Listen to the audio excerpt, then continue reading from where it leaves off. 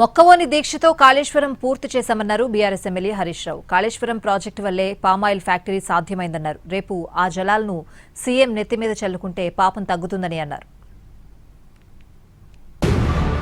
ఇవాళ ఈ ప్రాంతంలో ఆయిల్ పామ్ సాగైతుందంటే, ఇవాళ ఈ ప్రాంతంలో ఆయిల్ పామ్ ఫ్యాక్టరీ వచ్చిందంటే, రైతులు బంగారం లాంటి పంటలు పండిస్తున్నారంటే ఇదంతా కాళేశ్వరం ప్రాజెక్టు వల్లే. ఇప్పటికైనా చిల్లర మాటలు మానుకో.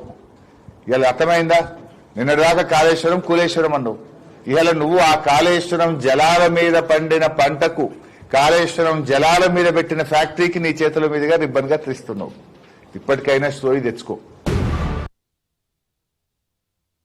సీఎం రేవంత్ రెడ్డి రుణమాఫీ మాట తప్పారన్నారు హరీష్ రావు. ఎన్నికల్లో ఊదరగొట్టి 3 పంటలకు రైతు బంధు ఎగ్గొట్టారని విమర్శించారు. చివరికి వడగళ్ల వాన తుఫాన్కు నష్టపోయిన రైతులకు పంటల బీమా నయా పైసా ఇవ్వలేదన్నారు హరీష్.